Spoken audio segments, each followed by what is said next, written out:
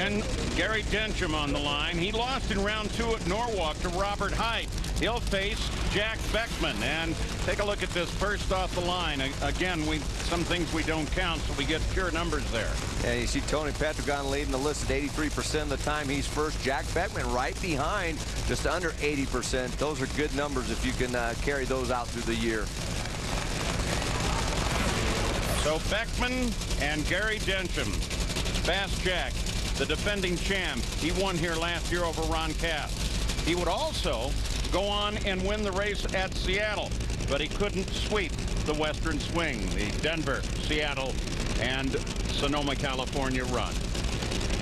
Gary Densham doesn't have lane choice. Jack Beckman, like everybody else, has chosen that left-hand lane, and it does seem like that right lane may not be quite as good out there in the middle of the track. I was looking at it from the booth up above in the Mopar booth, and that you can definitely see that that left-hand lane is blacker down toward the end, a little better groove, so to speak.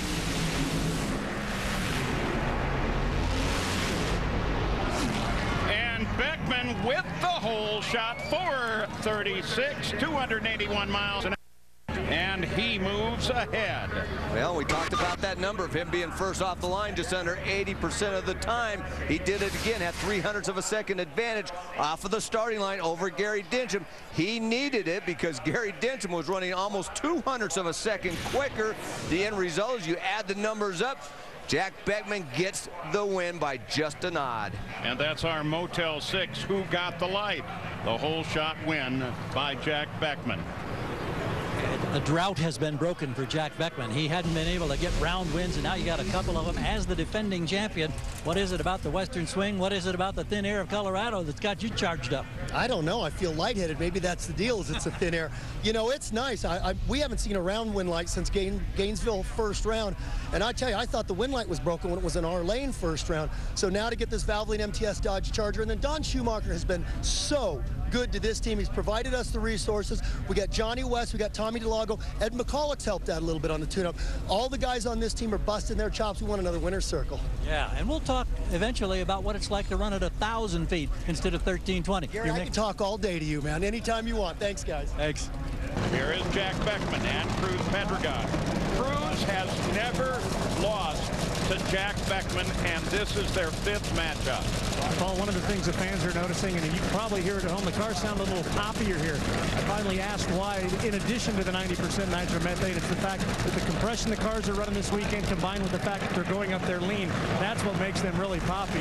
It's pretty exciting to see. As for Jack Beckman, a little late getting into the race car. They didn't have any problems with the turnaround, just Jack lollygagging, signing autographs, and talking to fans. And well, anybody who knows Jack knows he likes to do both of those. Beckman has not been to a final round since Phoenix, his only race win and only final round of the year. Cruz, one final round this year. Pomona, he was the runner-up to Robert Height.